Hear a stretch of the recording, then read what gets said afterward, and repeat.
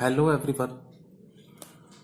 छात्रों, यह वीडियो बहुत ही महत्वपूर्ण है बीएड के लिए, एमएड के लिए, बीटीसी के लिए, बीए एजुकेशन, एमए एजुकेशन, क्योंकि जो भी शिक्षा से संबंधित कोर्स हैं, डिग्रियां हैं, उन सब में सबसे पहला सवाल, पहला पेज शिक्षा का अर्थ से संबंधित होता है।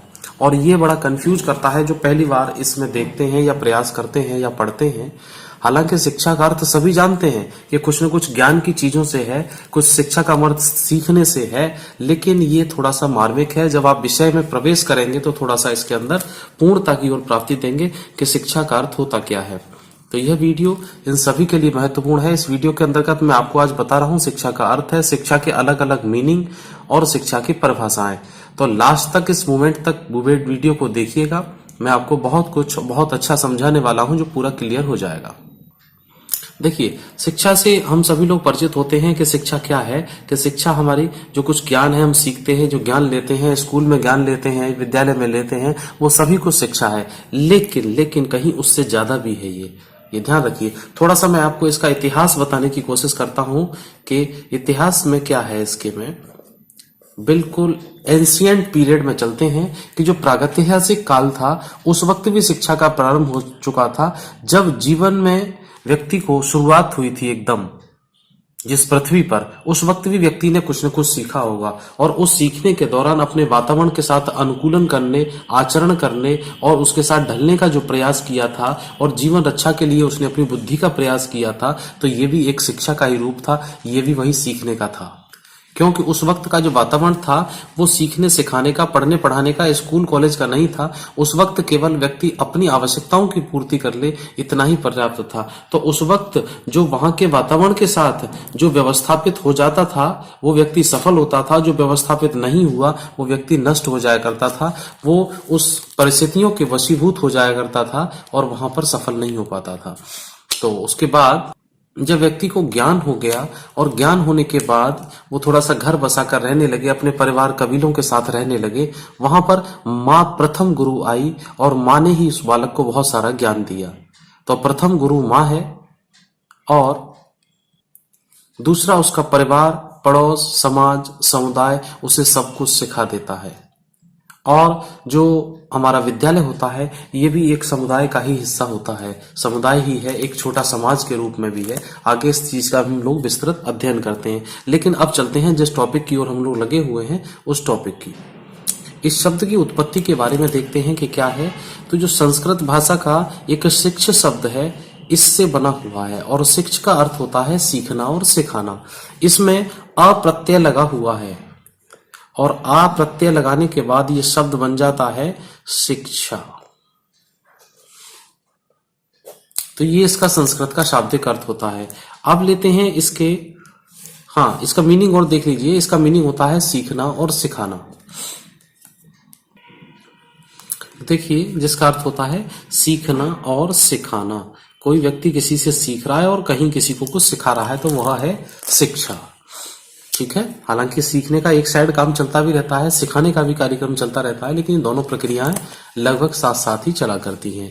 अब बात आती है कि अंग्रेजी के एजुकेशन शब्द का हिंदी रूपांतर हुआ और ये अंग्रेजी का जो एजुकेशन शब्द है ये लैटिन भाषा के एडुकेटम से बना है और इसका भी अर्थ वही है कि सीखना और सिखाना। इसका पूरा डिटेल देखिए, थोड़ा आसानी से आपको सब किताबों में मिल जाएगा, लेकिन समझ आ जाएगा। लेकिन थोड़ा सा मैं शाब्दिक अर्थ यहाँ क्लियर कर देता हूँ। ये अंग्रेजी के एजुकेशन शब्द का हिंदी रूपांतर हो गया क्या? शिक्षा। अब एजुकेशन शब्द कहां से आया? ये लैटिन भाषा के एड्यूकेटम, TUM है, एड्यूकेटम से बना है, जिसका अर्थ है सीखना और सिखाना। अब थोड़ा सा और गहराई में चलते हैं कि ये लैटिन भाषा का जो एडुकेटम वर्ड है ये दो शब्दों से बना है, एडुकेयर और एडुसियर। अब ये भी ये दोनों शब्द भी लैटिन भाषा से ही बने हुए हैं और ये एडुकेयर है CARE और इधर CERE है। तो एडुकेयर का मतलब होता है पोषण करना, विकसित करना और एडुसियर का मतलब होता है बाहर निकालना। अब किस चीज को बाहर निकालना है, किस चीज को पोषण करना है, किस चीज को विकसित करना है, बात ये आती है। तो ये सब चीजें क्या होती हैं कि व्यक्ति की क्षमताओं को, उसके सर्वमान्य विचारों को, उनको उसके मस्तिष्क से बाहर निकालना है। अब बात आती है कि उनको बाहर निकाला जाए, उनको पोषण किया जाए। तो बाहर निकलते भी रहते हैं अपने आप अपने जीवन के साथ साथ, लेकिन कब निकलते हैं? जब व्यक्ति समाज के संपर्क में रहता है, कहीं न कहीं बड़ों के संपर्क में रहता है, कहीं न कहीं से सीखता है, तो वो सारी चीजें दिमाग के अंदर से बाहर निकलने लग जाती हैं। लेकिन उन्हीं को पोषण करने के लिए, विकसित करने के लिए और समाज के उपयोगी बनाने के लिए ये सब कार्य विद्यालयों के अंतर्गत या बड़ों के अंतर्गत या अनेक संस्थाओं के द्वारा संपादित किया जाता है, और यही बालक आगे चल के एक अच्छा नागरिक बन जाता है। तो ये शिक्षा का शाब्दिक अर्थ है। यहां तक मैंने बताया, भी और भी डिटेल देखिए, लेकिन आप अपने हिसाब से अपने नोट्स के अंदर जो भी आप लिख रहे हैं वहां पे आप लिखिएगा। इतना मैंने सारा डिटेल दे दिया है, एग्जाम में इतना सारा डिटेल लिखने की आवश्यकता नहीं होगी। वहां पर कम समय के अंदर संक्षिप्त में अपनी बातों को अपने हिसाब से लिखिएगा। एक और मैं इसका अर्थ बताता हूं अभी थोड़ी सी गहराई में। ये है कि इसकी एडुकेटम जो लैटिन भाषा का वर्ड है, इसी लैटिन भाषा के अब देखा जाए कि ये कहां से बने, तो इसमें एक ई वर्ड आता है अपने आप में अकेला, और एक आता है ड्यू को। कुछ किताब में आपको डुबके मिल जाएगा, तो आप इसे कंफ्यूज ना हो। ज्यादा और सर्वमान्य ये शब्द है, इसको आप ना लिखें तो ज्यादा ठीक है, और ये ज्यादातर किताबों में आपको ये मिलेगा। तो ये लैटिन भाषा के ई प्लस ड्यूको से मिलकर बना है, और इनका भी अर्थ वही है कि पोषण करना और बाहर निकालना, पोषण करना और बाहर निकालना। तो अब ये चीजें आपको यहां पर क्लियर हो गई होंगी कि किस चीज को कैसे कैसे करके यहां से शाब्दिक अर्थ में हमने लिया है। अब शाब्दिक अर्थ के बाद थोड़ा सा इसके और डिटेल में चलते हैं। अब इतना सारा देखने के बाद आपको समझ आया होगा कि शिक्षा शब्द कितना सारगर्भित है। लेकिन ये देखिएगा कि शिक्षा का अर्थ केवल विभिन्न प्रकार की जानकारियां प्राप्त करना ही नहीं है। आज भी कुछ लोग शिक्षा को ना केवल ज्ञानार्जन पर, सीखने पर, रटने पर जोर देते हैं, लेकिन वो वास्तव में शिक्षा नहीं होती है। शिक्षा का मतलब होता है हमारे व्यवहार में परिवर्तन हो जाए, हमें कुछ नई ज्ञान, नई उपलब्धि हमको मिलनी चाहिए। शिक्षा की कुछ परिभाषाएं हैं, और ये जो परिभाषाएं होती हैं ये बिल्कुल ज्यों के त्यों होती हैं, ज्यों के त्यों ही रखनी चाहिए। तो ये कोई मेरी हुई बनाई हुई नहीं है कि मैंने हाथ से ही लिखूं, तो अपने को बुक से ही समझ लीजिए। सर्वमान्य परिभाषा देखिए सुकरात जी की है कि शिक्षा का अर्थ संसार के उन सर्वमान्य विचारों को प्रकट करने से है जो प्रत्येक व्यक्ति के मस्तिष्क में निहित होते हैं। अब ये मत सोचना कि इस परिभाषा के अंतर्गत क्या है। परिभाषा एक लाइन की होती है लेकिन बड़ी सारगर्भित होती है, तो मैं उस सार को, तथ्य को समझाने का प्रयास कर रहा हूं मैं आपको। शिक्षा का तात्पर्य संसार के उन सर्वमान्य विचारों को प्रकट करने से है। अब अभी तक हमने पढ़ा कि बाहर निकालना, पोषण करना और विकसित करना ये शिक्षा होती है। अब सुकरात क्या कहते हैं कि सर्वमान्य विचारों को प्रकट करना है। हमें ऐसे विचार निकालने हैं मन मस्तिष्क से जो सर्वमान्य हो, सभी के द्वारा मान्य हो, क्योंकि बहुत सारी गलत आदतें भी हमारे दिमाग के अंदर ही मौजूद होती हैं। तो उनको नहीं निकालना है, उनको विकसित ही नहीं होने देना है। हमें केवल उन विचारों को प्रकट करना है जो सर्वमान्य है, जो समाज के लिए लाभकारी और कल्याणकारी हैं। हमें उनको जो सभी के द्वारा मान्य हो जाए, जो प्रत्येक व्यक्ति के मस्तिष्क में निहित हैं। अब यहाँ सुकरात ने आज से 2500 वर्ष पहले ये चीज लिख दी है कि जो मन मस्तिष्क में निहित है, मौजूद है। उस वक्त कोई इतना ज्यादा इंटरनेट, टेलीविजन, किताबें और ज्ञान नहीं था, लेकिन सुकरात इतने विद्वान थे कि उन्होंने आज से 2500 वर्ष पहले ये देख लिया कि मनुष्य के, व्यक्ति के मस्तिष्क में पहले से ही बहुत सारी शक्तियां, बहुत सारे विचार पहले से ही निहित और मौजूद होते हैं। हमारा काम केवल उन सर्वमान्य विचारों को प्रकट करना, बाहर निकालना है, किसी फालतू और गलत व्यवहार को बाहर निकालने से नहीं है। तो अब सुकरात की डेफिनेशन आपको यहाँ पे क्लियर हो गई होगी। दूसरी डेफिनेशन मैं आपको बता रहा हूं, आपके पास जो भी किताबों सब में मिलेंगी और सब में यही मिलेगा। एक चीज और ध्यान दीजिए, ये सुकरात सबसे पहले थे, दूसरे प्लेटो थे और तीसरे अरस्तु थे। तो सबसे पहले गुरुजी ये थे, इनके शिष्य ये प्लेटो हैं और इनके शिष्य ये अरस्तु हैं। और अरस्तु अरिस्टोटल के नाम से एक इंग्लिश में चैप्टर है, 9th 10th में आपने सबने पढ़ा होगा, जिनको जहर का प्याला पिलाया गया था यूनान के एथेंस नगर में।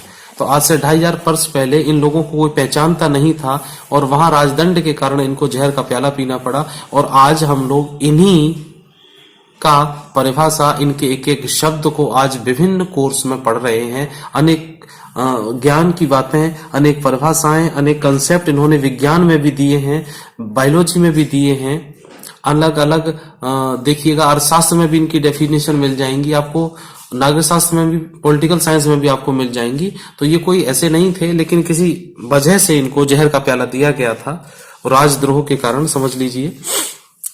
हाँ, तो प्लेटो की परिभाषा देखिए, शिक्षा से मेरा तात्पर्य उस प्रशिक्षण से है जो अच्छी आदतों, बच्चों में अच्छी नैतिकता का विकास करे। तो ये भी वही सेम बात ही कह रहे हैं कि अच्छी आदतों को, अच्छी चीजों को, अच्छी नैतिकता को उनके प्रशिक्षण देना है। प्रशिक्षण देने से क्या मतलब है, उनको हमें इस तरह से प्रशिक्षित करना है कि जो अच्छी चीजें हैं, अच्छी आदतें हैं, वो और अच्छे रूप में हमारे सामने प्रस्तुत हो जाए।